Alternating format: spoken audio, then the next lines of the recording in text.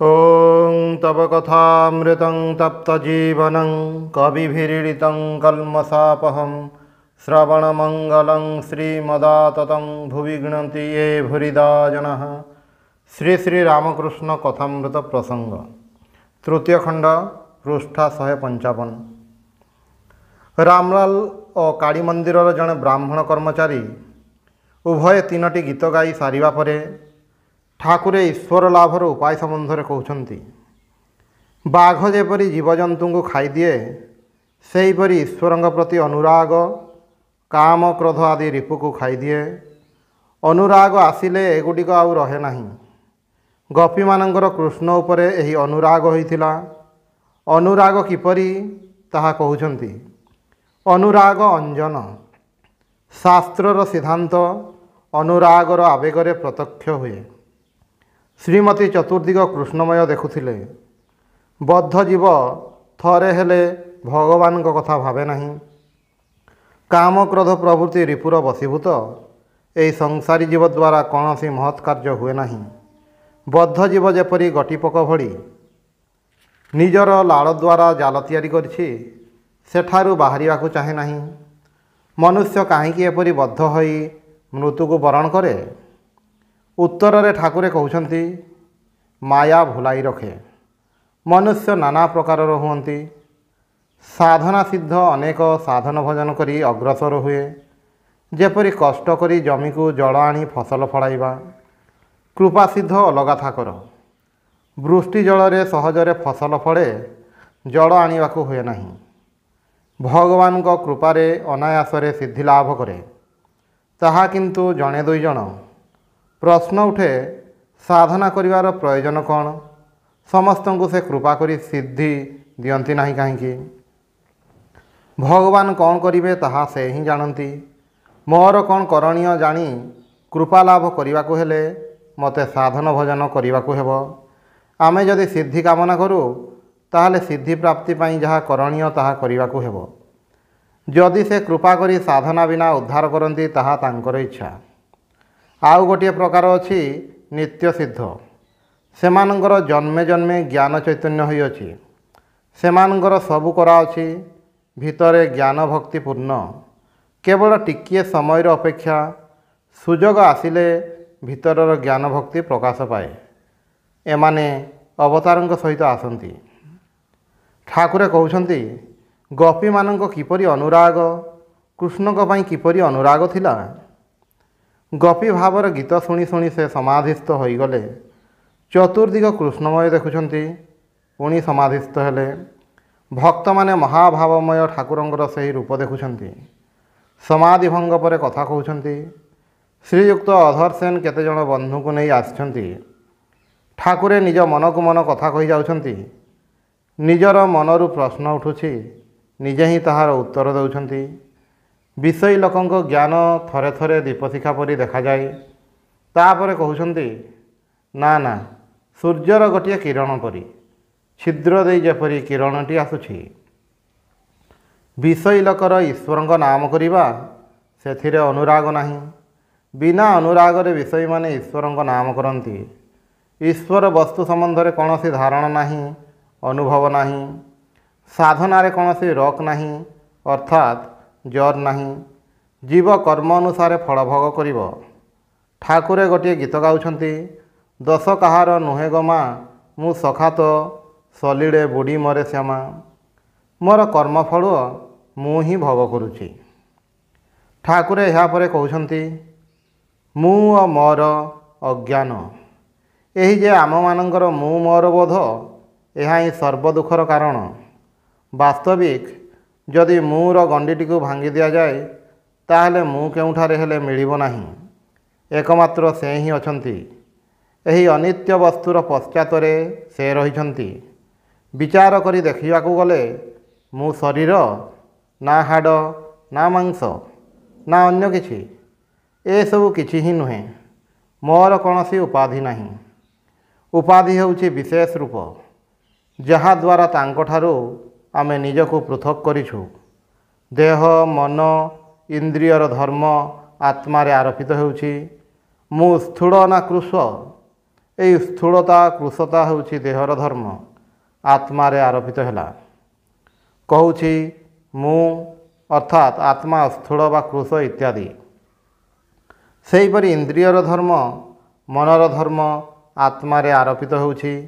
ଏଗୁଡ଼ିକ ଆତ୍ମାର ଧର୍ମ ନୁହେଁ। ଆତ୍ମାର ପାପ ନାହିଁ କି ପୁଣ୍ୟ ବି ନାହିଁ, ତାହା ସମସ୍ତ ଗୁଣ ଦ୍ୱାରା ଅସ୍ପୃଷ୍ଟ। ଈଶ୍ୱର ଦର୍ଶନ ହେଲେ ବିଚାର ବନ୍ଦ ହୋଇଯାଏ। ସେଠାରେ ଆଉ ବିଚାର ଆସେ ନାହିଁ। ଯେଉଁଠାରେ ପ୍ରତ୍ୟକ୍ଷ ହୋଇଛି ସେଠାରେ ପ୍ରଶ୍ନ ଆସେ ନାହିଁ। ଠାକୁରେ କହୁଛନ୍ତି, ଈଶ୍ୱର ଲାଭ କରିଛି ଅଥଚ ବିଚାର କରୁଛି, ଏପରି ମଧ୍ୟ ଅଛି। ଜ୍ଞାନ ଲାଭ ପରେ ମଧ୍ୟ କାହାର କାହାର ଅନ୍ୟମାନଙ୍କ ପାଇଁ ବିଚାର ଥାଏ। ନିଜର ଅନୁଭବକୁ ଅନ୍ୟମାନଙ୍କର ବୁଝିବା ସ୍ତରକୁ ଆଣିବା ପାଇଁ ବିଚାର କରି କରି ସେହି ତତ୍ତ୍ୱକୁ ସେମାନଙ୍କ ମଧ୍ୟରେ ପ୍ରବେଶ କରାଇବା ପାଇଁ ଚେଷ୍ଟା କରନ୍ତି। ଶଙ୍କରାଚାର୍ଯ୍ୟ ପ୍ରଭୃତିଙ୍କର ବିଚାର ଅନ୍ୟମାନଙ୍କୁ ସେହି ତତ୍ତ୍ୱରେ ପହଞ୍ଚାଇ ଦେବା ପାଇଁ ଥିଲା। କେହି ଭକ୍ତି ନେଇ ତାଙ୍କର ଗୁଣଗାନ କରୁଛନ୍ତି।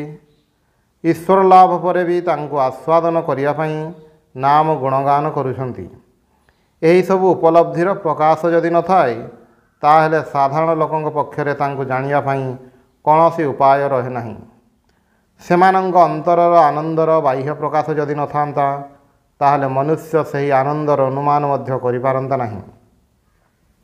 ଠାକୁରେ କହୁଛନ୍ତି, ସେ ହିଁ ସବୁ ହୋଇଛନ୍ତି। ତେବେ ମନୁଷ୍ୟ ମଧ୍ୟରେ ସେ ବେଶୀ ପ୍ରକାଶ।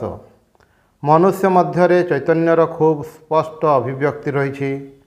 ପୁଣି ମନୁଷ୍ୟମାନଙ୍କ ମଧ୍ୟରେ ଶୁଦ୍ଧ ସତ୍ତ୍ୱଙ୍କ ଭିତରେ ତାଙ୍କର ପ୍ରକାଶ ଅତି ସ୍ପଷ୍ଟ। ସେଥିପାଇଁ ଭଗବାନ ଜ୍ଞାନୀଙ୍କୁ ଆତ୍ମସ୍ୱରୂପ କହିଛନ୍ତି।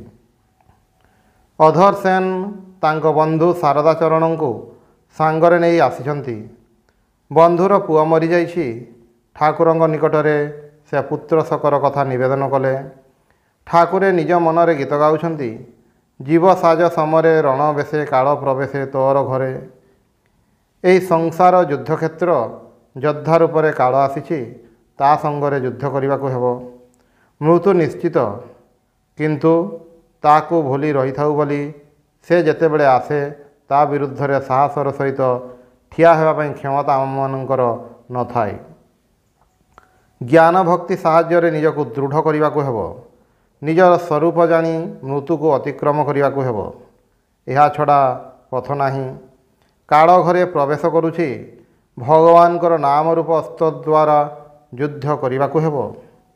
ଯୁଦ୍ଧ କରିବା କଥା ପ୍ରଥମେ କହିଲେ ବି ପରେ କହୁଛନ୍ତି, ଯେପରି କରାଅ ସେପରି କରେ, ଯେପରି କୁହାଅ ସେପରି କହେ।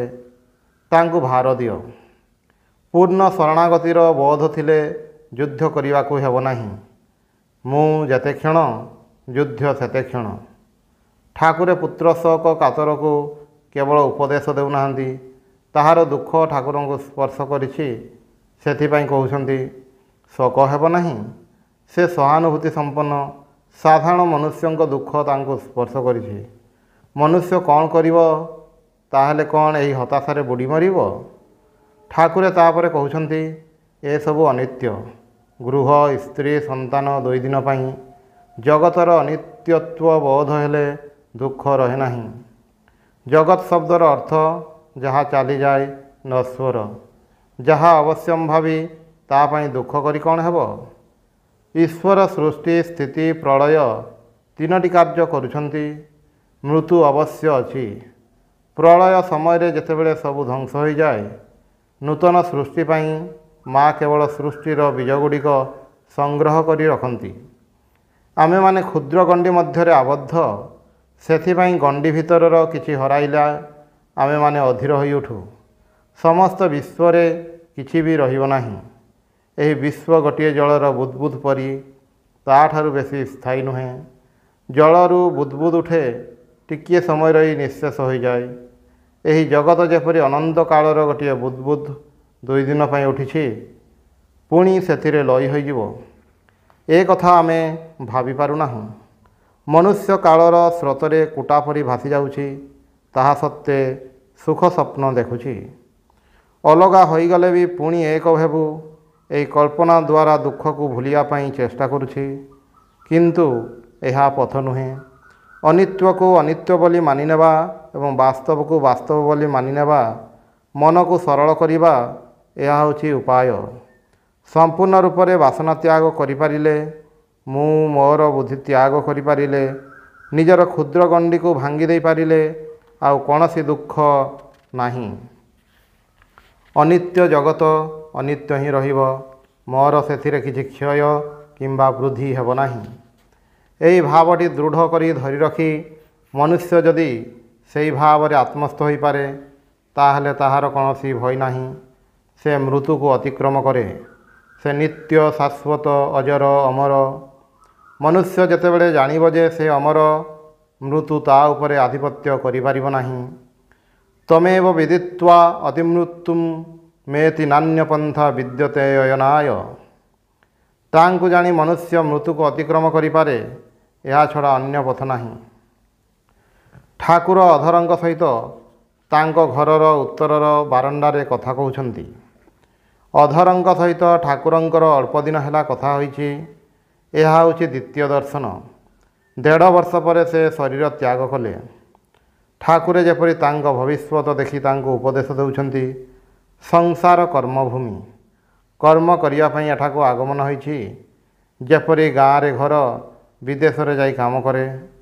କିଛି କର୍ମ କରିବା ଦରକାର, ସାଧନା। ଯେତେ ଶୀଘ୍ର ସମ୍ଭବ କର୍ମଗୁଡ଼ିକ ଶେଷ କରିନେବାକୁ ହୁଏ। ଅଧର ସେନ୍ ଡେପୁଟି ତାଙ୍କୁ ବିଶେଷ କରି ଠାକୁରେ ମନେ କରାଇ ଦେଉଛନ୍ତି ଯେ ସେ ଏହି ପଦ ଈଶ୍ୱରଙ୍କ ଅନୁଗ୍ରହରୁ ପାଇଛନ୍ତି।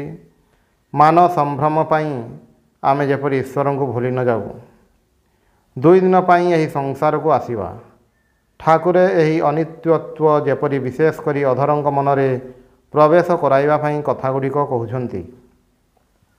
ଆମମାନଙ୍କୁ ମନେ ରଖିବାକୁ ହେବ, ଏହି ସଂସାରରେ ସ୍ଥାୟୀ ଭାବରେ ବାସ କରିବା ପାଇଁ ଆମେ ଆସିନାହୁଁ। ଈଶ୍ୱର ଲାଭ ପାଇଁ ଏହି ମାନବ ଦେହ ଧାରଣ। ଯେଉଁ ଉଦ୍ଦେଶ୍ୟରେ ଆସିବା ତାହା ଯଦି ସିଦ୍ଧ ନ ହୁଏ, ତେବେ ଏହି ଦେହ ଧାରଣା ବୃଥା।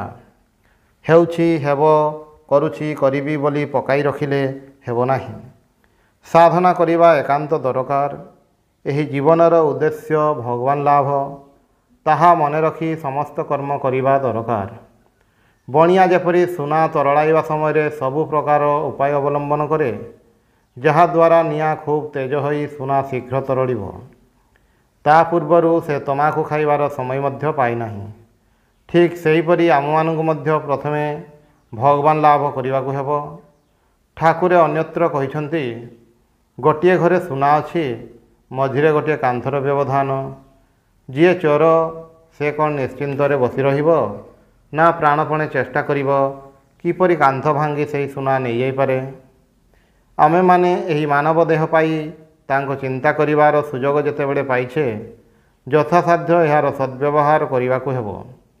ଏହି କାମ ଶେଷ କରିବା ପାଇଁ ଆମମାନଙ୍କ ଭିତରେ ଯେପରି ବ୍ୟାକୁଳତା ଆସେ, ପ୍ରାଣ ଯେପରି ଛଟପଟ କରେ, ତା ନହେଲେ ଆଳସ୍ୟ କରି ଯଦି ଭାବୁ ଯେ ଏତେ ତରତର କାହିଁକି, ତେବେ କୌଣସି ଦିନ କାମ ଶେଷ ହେବ ନାହିଁ। ଠାକୁରେ କହୁଛନ୍ତି, ଖୁବ୍ ଜିଦ୍ ଦରକାର, ତେବେ ସାଧନା ହୁଏ। ଦୃଢ଼ ପ୍ରତିଜ୍ଞା ଦରକାର। ସଂସାରରେ ନାନା ଆକର୍ଷଣ ରହିଛି, ସେଥିପାଇଁ ଦୃଢ଼ ପ୍ରତିଜ୍ଞ ହୋଇ ଖୁବ୍ ସାବଧାନରେ ରହିବାକୁ ହୁଏ। ଭଗବାନଙ୍କ ନାମର ଖୁବ୍ ଶକ୍ତି ଅଛି, ଅବିଦ୍ୟା ନାଶ କରେ। ତ୍ୟାଗୀମାନଙ୍କର ସେତେ ଭୟ ନାହିଁ, ସେମାନେ ଭଗବସ୍ତୁରୁ ଦୂରରେ ଅଛନ୍ତି। କିନ୍ତୁ କେବଳ ଭଗବସ୍ତୁରୁ ଦୂରରେ ରହିଲେ ହେବ ନାହିଁ। ଠାକୁରେ ପୁଣି କହୁଛନ୍ତି, ଠିକ୍ ଠିକ୍ ତ୍ୟାଗୀ କାମିନୀ କାଞ୍ଚନ ଠାରୁ ଦୂରରେ ଥାଏ।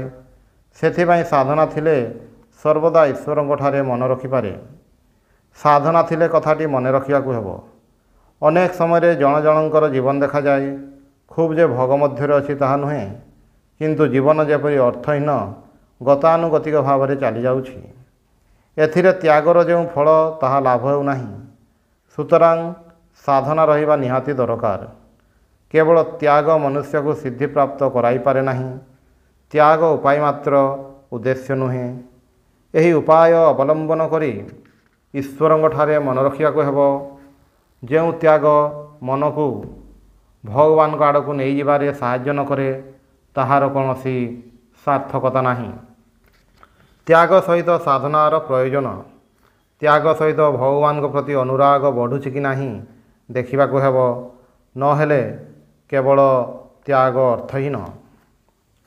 ବୈରାଗ୍ୟ ସମ୍ବନ୍ଧରେ ଠାକୁରେ କହୁଛନ୍ତି, ବିଷୟରେ ବିରାଗ ଓ ଈଶ୍ୱରଙ୍କଠାରେ ଅନୁରାଗ।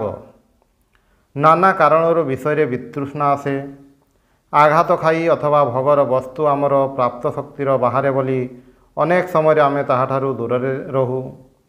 କିନ୍ତୁ ତାହାଦ୍ୱାରା ଭଗବାନଙ୍କ ପ୍ରତି ଅନୁରାଗ ସୃଷ୍ଟି ହୁଏ ନାହିଁ। ଭଗବାନଙ୍କ ପ୍ରତି ଅନୁରାଗ ନ ଆସିଲେ ଯଥାର୍ଥ ବୈରାଗ୍ୟ ଆସେ ନାହିଁ। ଠାକୁରେ ଅନ୍ୟତ୍ର ମର୍କଟ ବୈରାଗ୍ୟର କଥା କହିଛନ୍ତି। ବାହାରୁ ଦେଖିଲେ ମନେ ହେବ ବୈରାଗ୍ୟ, କିନ୍ତୁ ବାସ୍ତବରେ ତାହା ବୈରାଗ୍ୟ ନୁହେଁ। ଯେପରି ଜଣଙ୍କର ଚାକିରି ହେଉନାହିଁ, ସେ ବିଫଳତା ଯୋଗୁଁ ବୈରାଗୀ ହୋଇ କାଶୀ ଚାଲିଗଲା। ସେଠାରେ ଯେତେବେଳେ ଗୋଟିଏ ଚାକିରି ପାଇଲା, ସେତେବେଳେ ତାହାର ବୈରାଗ୍ୟ ଚାଲିଗଲା। ଏହା ନକଲି ବୈରାଗ୍ୟର ରୂପ। ଯିଏ ଠିକ୍ ଠିକ୍ ତ୍ୟାଗୀ, ତାହାର ମନ କେବେ ହେଲେ ବିଷୟରେ ଆସକ୍ତ ହୁଏ ନାହିଁ। ଯିଏ ସଂସାରରେ କାମିନୀ କାଞ୍ଚନ ମଧ୍ୟରେ ଅଛି, ତାହାର ମନ ବେଳେବେଳେ ଈଶ୍ୱରଙ୍କ ଆଡ଼କୁ ଯାଏ ଓ ବେଳେବେଳେ କାମିନୀ କାଞ୍ଚନ ଆଡ଼କୁ ଯାଏ। ଥରେ ଥରେ ବେଶ ଭଗବାନଙ୍କ କଥା ଭାବୁଛି, ପୁଣି କେତେବେଳେ ବିଷୟ ଆଡ଼କୁ ମନ ଚାଲିଯାଉଛି। ଯେପରି ମାଛି ବିଷ୍ଠାରେ ବସେ, ପଚା ଘାରେ ବସେ, ପୁଣି ମିଠେଇରେ ବସେ ମଧ୍ୟ, ଠିକ୍ ଏହିପରି ସାଧାରଣ ମଣିଷର ମନ। କିନ୍ତୁ ମହୁମାଛି କେବଳ ଫୁଲରେ ବସେ, ମଧୁପାନ କରେ। ଅର୍ଥାତ୍ ପ୍ରକୃତ ତ୍ୟାଗୀର ମନ ସର୍ବଦା ଈଶ୍ୱରଙ୍କ ଠାରେ ଥାଏ। ମନକୁ ସର୍ବଦା ଈଶ୍ୱରଙ୍କ ପାଖରେ ରଖିବାକୁ ହେବ। ସେଥିପାଇଁ ପ୍ରାରମ୍ଭରେ ଟିକିଏ ଜିଦ୍ କରି ଖଟିବାକୁ ହୁଏ। ସାଧନା ଦରକାର। ଭୋଗ ପ୍ରବଣତା ସ୍ୱାଭାବିକ ଭାବରେ ରହିଛି। ତା ସହିତ ମନରେ ବିଷୟର ପ୍ରବଳ ଆକର୍ଷଣ। ସୁତରାଂ ମନକୁ ବିଷୟରୁ ଦୂରରେ ରଖିବାକୁ ହେବ। ତନ୍ତ୍ରରେ 3 ପ୍ରକାର ସାଧନାର କଥା କୁହାଯାଇଛି: ପଶୁଭାବ, ବୀରଭାବ ଓ ଦେବଭାବ। ପଶୁମାନେ ଗୋରୁ ଛେଳି ନୁହେଁ, ପଶୁମାନେ ଇନ୍ଦ୍ରିୟର ଦାସ। ସାଧାରଣ ଜୀବ, ସାଧାରଣ ମଣିଷ ପଶୁଭାବର ସାଧନ ଅବଲମ୍ବନ କରିବେ। ସାଧାରଣ ବ୍ୟକ୍ତି ପ୍ରଲୋଭନରୁ ଦୂରରେ ରହିବା ଉଚିତ। ତା ନହେଲେ ମନ ସେପଟେ ଯେତେବେଳେ ଟାଣି ହୋଇଯିବ, ତାହାର ଠିକ୍ ନାହିଁ। ଯୁଦ୍ଧ କରିବା ଖୁବ୍ କଠିନ। କେତେବେଳେ ପାରୁଛି, କେତେବେଳେ ପାରୁନି, ଏପରି ତା'ର ଅବସ୍ଥା। ସେଥିପାଇଁ ଭୋଗବସ୍ତୁରୁ ଦୂରରେ ରହିବାକୁ କୁହାହୋଇଛି। ବୀରଭାବର ସାଧକ ପ୍ରଲୋଭନର ବସ୍ତୁଠାରୁ ଦୂରକୁ ଯାଇନାହିଁ, ସେ ଲଢ଼େଇ କରେ। ସେଥିପାଇଁ ତାକୁ ବୀର କୁହାଯାଏ। ବୀର ପ୍ରଲୋଭନ ମଧ୍ୟରେ ରହି ମଧ୍ୟ ପ୍ରଲୋଭିତ ନ ହୋଇ ଯୁଦ୍ଧ କରେ। ତାହାର ନିଜର ବୀରତ୍ୱ ପ୍ରତି ଆସ୍ଥା ଅଛି। ସେ ସଂଗ୍ରାମ କରି ନିଜ ପଥରେ ଆଗେଇ ଚାଲେ। ଦେବଭାବର ସାଧକ ଦେବଭାବାପନ୍ନ ହୋଇଥିବାରୁ ପ୍ରଲୋଭନର ବାହାରେ ବା ଭିତରେ ଯେଉଁଠି ରହିଲେ ବି ମନ ସର୍ବଦା ଈଶ୍ୱରଙ୍କ ଠାରେ ଥାଏ। ଏହି ଭାବର ସାଧକଙ୍କର ମନ ଭୋଗବସ୍ତୁ ପ୍ରତି କେବେ ହେଲେ ବି ଆକୃଷ୍ଟ ହୁଏ ନାହିଁ। ଏହି ଦେବଭାବ ସାଧାରଣ କଥା ନୁହେଁ ଏବଂ ଏପରି ବ୍ୟକ୍ତି ଏ ଜଗତରେ ଖୁବ୍ ବିରଳ ଦେଖାଯାନ୍ତି। ସଂସାରରେ ବିଷୟର ଆନନ୍ଦ, ଇନ୍ଦ୍ରିୟର ଆନନ୍ଦ ସେପରି ବ୍ୟକ୍ତିଙ୍କ ମନକୁ ଆକର୍ଷଣ କରିପାରେ ନାହିଁ। ବୀରଭାବ ସାଧକ ମଧ୍ୟ ଅଳ୍ପ ଅଛନ୍ତି। ତନ୍ତ୍ରରେ ପ୍ରଧାନତଃ ପଶୁଭାବକୁ ହିଁ ସାଧାରଣ ମନୁଷ୍ୟର ସାଧନା ପଥ ବୋଲି କୁହାଯାଇଛି। ଆମେମାନେ ଯେପରି ନିଜ ଉପରେ ଖୁବ୍ ଭରସା କରି ବୀରଭାବର ସାଧନା କରିବାକୁ ନ ଯାଉ, କରିବାକୁ ଗଲେ ପତନର ଆଶଙ୍କା ଅଛି, ଏ କଥା ମନେ ରଖିବାକୁ ହେବ। ଓଂ ନିରଞ୍ଜନଂ ନିତ୍ୟମନନ୍ତରୂପଂ ଭକ୍ତାନୁକମ୍ପାଧିତ ବିଗ୍ରହଂ ବୈ ଈଶାବତାରଂ ପରମେଶମିଡ୍ୟଂ ତ୍ୱଂ ରାମକୃଷ୍ଣଂ ଶିରସା ନମାମି।